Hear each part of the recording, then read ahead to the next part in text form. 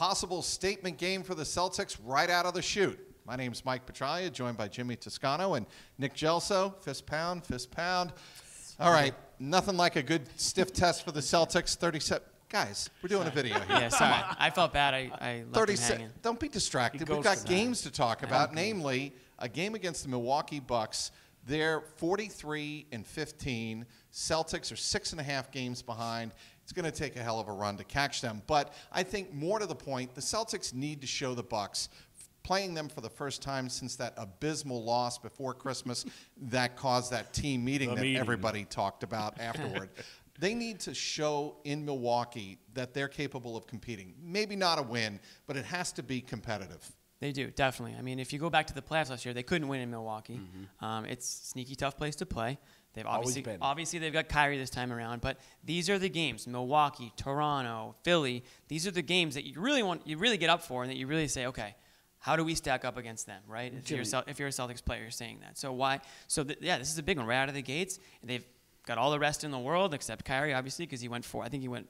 What did he go? 40 minutes. 40 minutes in the All-Star game. So, aside from that, though, I mean, these guys are rested, and there's no reason for these guys not to be able to go out there and compete until the end. I think one of the most frustrating parts of the season is that the Celtics have constantly played down to opponents, but yet played up to the Torontos and the Golden States, who they nearly beat.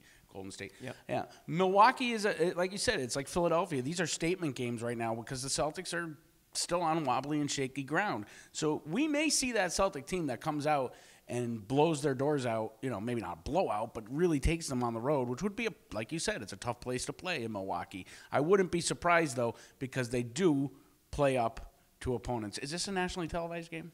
I don't know if it is or not. Either. Well, if it is, Kyrie will be in wonder form. Kyrie will be Rondo. Yeah. You're sure about that? You might get another interview. Look, I think a guy like Marcus Morris is who you want to see shine in a game like that because he's got length, he's got size, and when you're going up against guys like Middleton, you're going up against Giannis, you need to show physical force. I mean, sorry to cut you off, but those two guys you named have just been obviously all-stars. I mean, Giannis is an MVP-type player.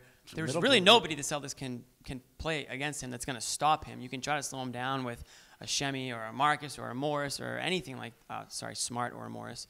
But, he's going to get his 25-plus and his 10, whatever it is. But it's just one of those games where you put your guys out there, you check out the matchups, and you see where you go with it. I think it's just super important that Brad makes adjustments when needed. Sometimes I think this season he's one of the best, though, in the game. There's no question. I'm not saying that, but I think this season he struggled with that a little bit, Tregs. I mean, look how long it took him to change the starting lineup. At the beginning of the season, I think you've got a point there. Right. But I think as the season's gone in, he knows his roster a lot more. Considering that Gordon Hayward may play or is questionable, he's playing so well.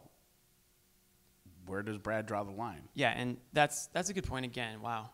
Gordon Hayward was averaging like 17 points in his last 5 games going into the All-Star break. So where's he at now? Is he going to continue on that stuff? That's why Marcus Morris, if Hayward can't play, is a big factor. Oh, yes. Sure. But Morris didn't play in their loss, I think, the team meeting loss. Exactly. It would be a bummer if Hayward can't play because he was really starting to feel it. I think the break probably came at a bad time for him, to be honest, because he was really starting to get into a flow. But that's your difference maker right there. I mean, Hayward is your difference maker from the first 2 games of the season to this game coming up. This Garden Report is brought to you by our good friends at 1-in-100.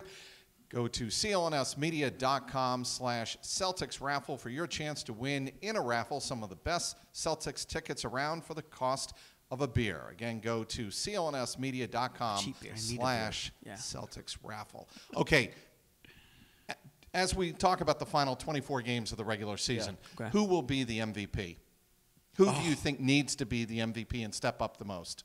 Because I think that's what Celtics fans are wondering. Celtics? Yes. It's Kyrie. It's Kyrie. He has to be the MVP. That doesn't mean that he's far and away the only player contributing, but I've said it the whole time. If you're going to go deep into the playoffs, you're going to go to the Eastern Conference Finals or the NBA Finals, Kyrie needs to be your best player. That doesn't mean that the other guys can't step up behind them, though. I'm going to double down on that. MVPs make their teammates better.